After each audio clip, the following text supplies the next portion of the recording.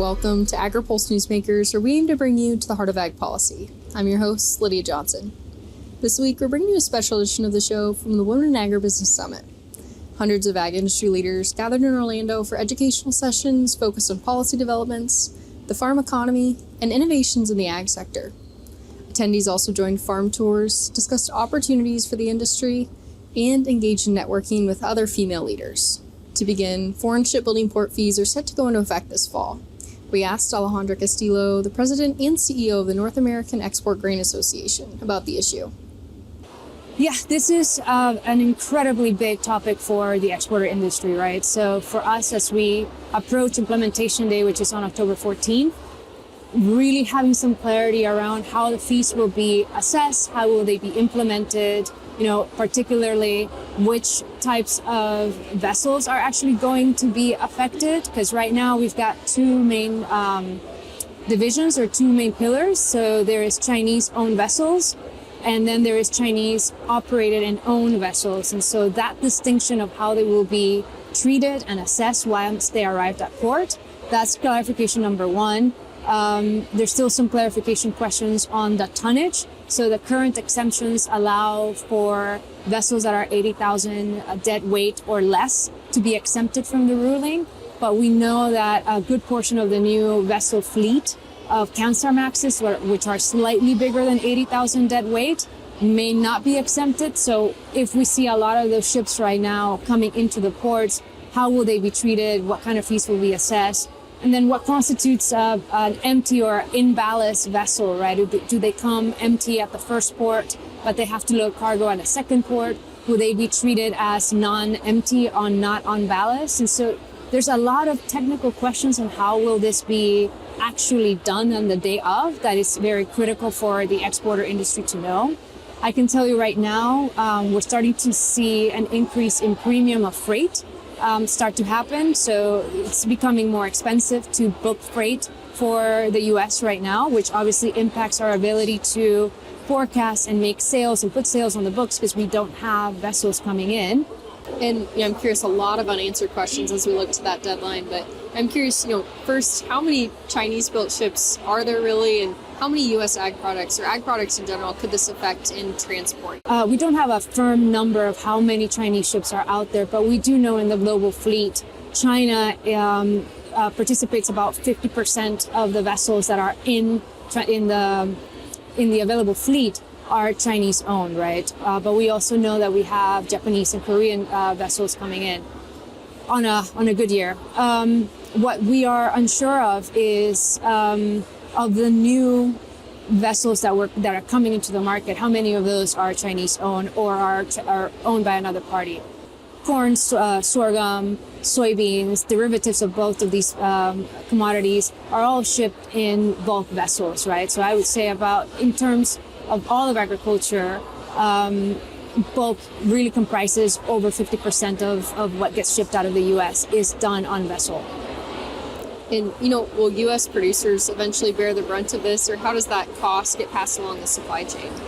Yeah, that's what we are assuming, right? It is safe to assume that any fees that are assessed, and I would add any tariffs that are assessed on a product, eventually need to go somewhere, and the most logical place that it will go or trickle down is into the farm gate, right? Farm gate prices will be affected by this. I think it's still early to be able to even guesstimate what that impact will be. And that's why October 14th is going to be important to start tracking this. And trade, broadly can be seen kind of as a relational action as well. I'm curious, with these tariffs in place and the threat of them and just the actions that we've seen from this administration so far this year alone, how could relationships with U.S.'s trading partners change in the future? The U.S., one of our standards in export is that we are the most reliable supplier out there. And I would have to say that we're starting to see some questions on that, right? Our ability to be able to meet the demands of the market, not in terms of supply, but in terms of the ability to actually enforce that. That's been put into question at times. And I feel like right now, in trade, everything is based on relationships. It's based on our ability to get to know our customers and our customers to get to know us and depend on us to supply them with what they need in a timely way, in an efficient way, in a safe way. And that's something that has taken the market years to build. I'm curious on Brazil as well.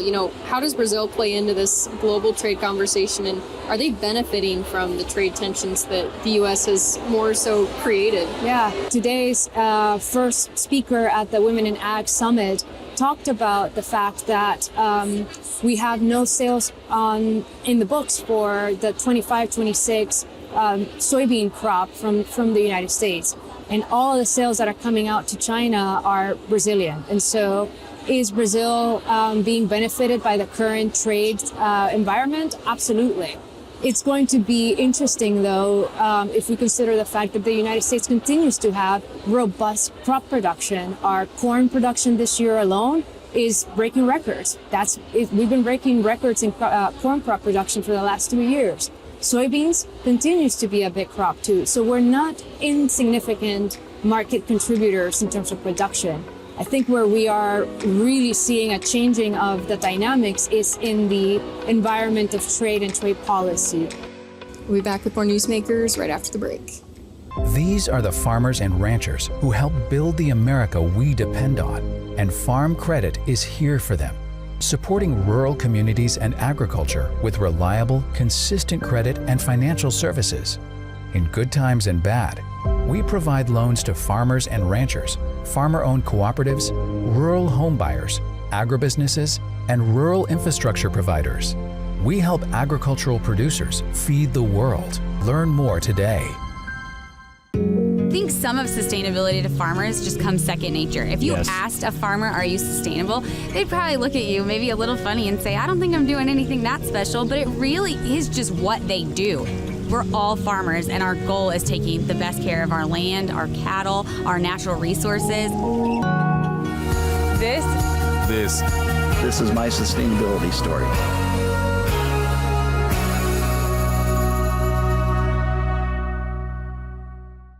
Welcome back.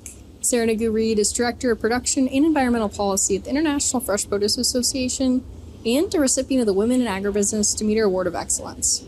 We asked her what it means to be nominated and now selected to receive the award. Well, like I said on stage, it felt like winning the Oscar in agriculture.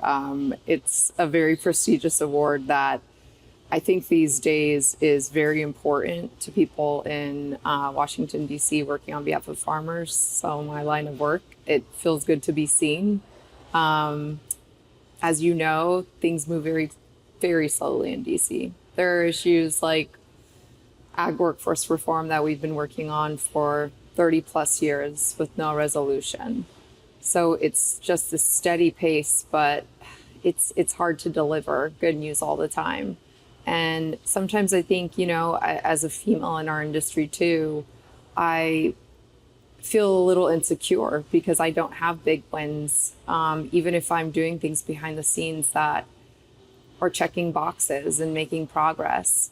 So to have people in our industry recognize my work ethic and, my piece in trying to move issues like ag workforce reform forward or Farm Bill, it means a lot and it feels really good. And I think we all need to feel good these days. Tell us a little about your background. How did you get into policy and how did you make your way to DC? Yeah, sure thing. So I get the question all the time, where are you from? Oakland, California, as you know, a very urban city center. Not much, agriculture production happening there. But I grew up with the storytelling of agriculture. See, my parents came here from Romania. They used to be farmers there, but due to communism, they lost their land. So that was a third generation dairy operation and a second generation tomato production operation. And they felt they had no choice. They were being persecuted and moved out west, couldn't afford any sort of acreage. So, I call my dad the biggest urban ag grower I know because he started his little garden in our backyard. He raised some chickens in Oakland. But aside from that, it was always the story about appreciating the growers, understanding where our food comes from and how hard it is to get it to our table, to the grocery store. And that has instilled a passion in me, almost a purpose, not to sound cheesy. And that's what drove me to lean into agriculture policy, to work for a member of Congress where I said, I want the ag portfolio. I want the immigration portfolio. To pivot and work at the U.S. Department of Agriculture and work on organic production, things that really meant a lot to me. And to be where I am now, full circle back to specialty crops and where my storytelling comes from, my background, being from California, working on issues that impact them. It feels like it's always been my plan. And I guess as you look at some of those issues you've gotten to work on, a lot of them tie back to your roots, but I guess specifically you mentioned organics and ag labor reform. How have you seen those issues? Did you choose those issues originally to dive deeper into, and how have you seen them change and develop over your career? It's almost like they go hand in hand because, as you probably know, organic production is way more labor intensive. So they're going to be way more reliant, but regardless, it's across the board. A difficult challenge. With organic, my little brother actually was diagnosed with leukemia when he was 4 years old. And my mom went into the cupboard and she threw everything out. And she decided and was very intentional that she wanted to adopt a organic only consumption policy in our household. Now, this was in the mid-90s when the National Organic Program had just been sort of stood up. So it was in the infancy stages. Imagine how hard it is trying to find organic produce. So she made it a big part of our lives in my childhood to understand what's in our food, what consumption meant to her, and organic was it. So for me, it's almost like I sort of took that on, and as an adult, just continued trying to ensure that those individuals who are growing organic products or are part of the organic supply chain are taken care of. And I'm lucky to be able to facilitate that now at IFPA, whether it's for retailers who carry organic products or the growers like in California who are growing organic produce. It's so cool to see your story and your background kind of bleed into your work and what you do every day. I'm curious, we have lots of women watching the show and other producers that might come to DC to advocate for policy, or policymakers that could be watching as well. I mean, what's your advice for them to get involved and to continue to make headway in the ag policy space?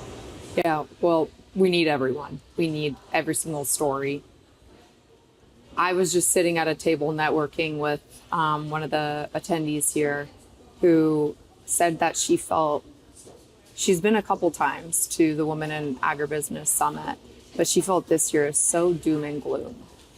And she didn't feel like there was enough actionable items being discussed. And I just looked her straight in the face and I said, come to DC, call your member of Congress, engage with your Farm Bureau, engage with whatever trade association represents what you are working for, whether it's an input like a fertilizer or you're growing corn. There are opportunities and there are asks. And we're discussing the high input costs right now, and it's very timely with the economic aid relief discussions going on. So it's just about being aware. And sometimes I feel like, especially these women here, they're so hardworking. They're in the weeds at what they do, and they don't understand that there is something they can activate and be a part of. And that's the advocacy component of it. And that is joining. And I know it takes time and energy, but it could be something as simple as signing a letter to your member of Congress, forming that relationship, inviting them to your operation. We'll be back with more Newsmakers right after this.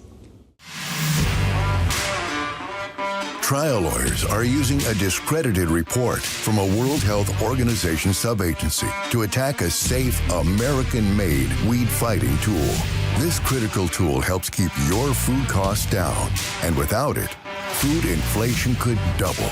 Stand with American farmers and keep trial lawyers' greed out of our farms and food supply.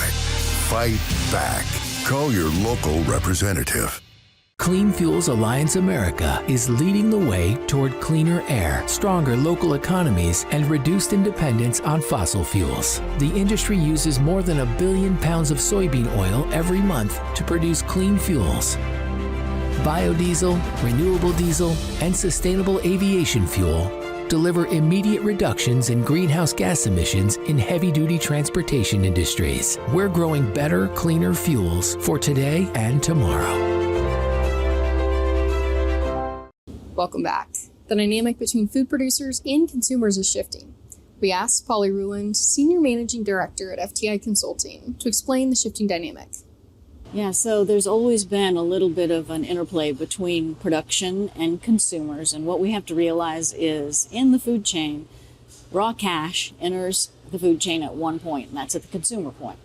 And material, or food, enters the chain at the production point. Everywhere in between is either adapting the food to consumer preference or taking the share of the cash from the consumer dollar. So there's going to be a tension throughout the chain between those two ends of the chain.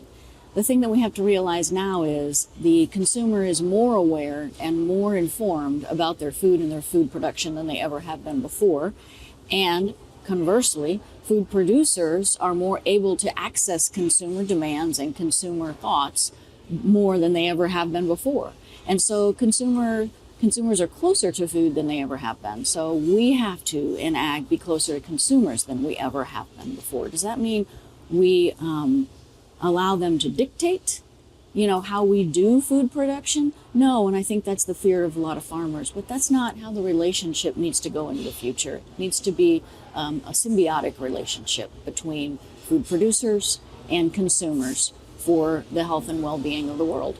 Let's dive into that dynamic a little bit. How do you see cost and quality? What are the, specific drivers of this change and increased consumer awareness and preferences? Yeah, so I think when we're talking about how ag is going to move forward into the future, we see a lot of dynamic changes.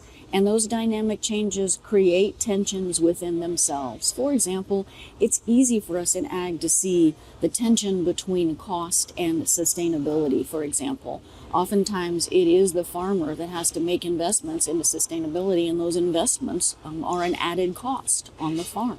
So it's not necessarily the factors themselves that have to be examined, but the tensions between the factors and what elasticity does additional cost on the farm cause in the sustainability sector, or what does additional sustainability investment mean for the pure cost on the farm. And so it's those gray areas or those elastic areas between the things that we need to accomplish that have to be examined more closely.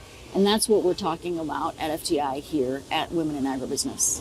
And I'm curious, maybe thinking about the producers that might be listening, we talk about on-farm sustainability, regenerative agriculture, all those things that they're doing at the farm level. How is that translated then to the consumers as a value? The great work that farmers are doing on the ground, how is that translated to the consumer, to the end user?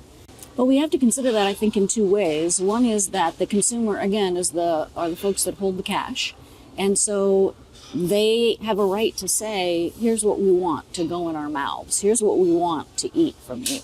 At the same time, the farmers have the right to say, listen, here's what we can do on the ground. Here's what the land will allow us to do. Here's what we need to do to steward the land, consumers. And so that constant understanding between the two sides of the supply chain is what we're working toward in agriculture. And we have to take the responsibility for outreach and for understanding on the production side. And I'm curious, we've seen the Make America Healthy Again Commission's second report now, and we've seen that movement just pick up steam within the last year. How are you seeing that also shift consumers' values and their preferences at the grocery store? Yeah, Make America Healthy Again is just the outward sign of a movement that's much, much older than this administration, than these reports. We've seen it come to the surface. We've seen it, come to a head politically. But we certainly have seen this movement toward healthy food for a decade. And so when we think about MAHA itself, we have to be careful not to think of it as just a political movement, but we have to think of it as a consumer movement toward making food healthy and understanding the dynamic between food and health and food and disease, for example. And so when we think about the relationship between food production and grocery and retail and consumers, understanding how healthy our food is and understanding what part of the supply chain has a play in making food, quote unquote, unhealthy, and also understanding that moderation is a message that we have to talk about to consumers as well. We'll be back with more from the Women in Agribusiness Summit right after this. I think some of sustainability to farmers just comes second nature. If you asked a farmer, are you sustainable? They'd probably look at you maybe a little funny and say, I don't think I'm doing anything that special, but it really is just what they do. We're all farmers, and our goal is taking the best care of our land, our cattle, our natural resources. This is my sustainability story.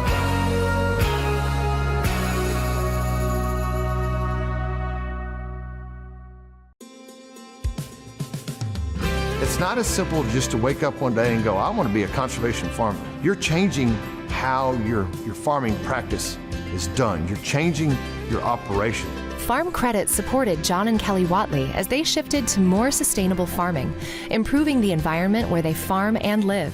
Learn more at farmcredit.com/climate. Welcome back.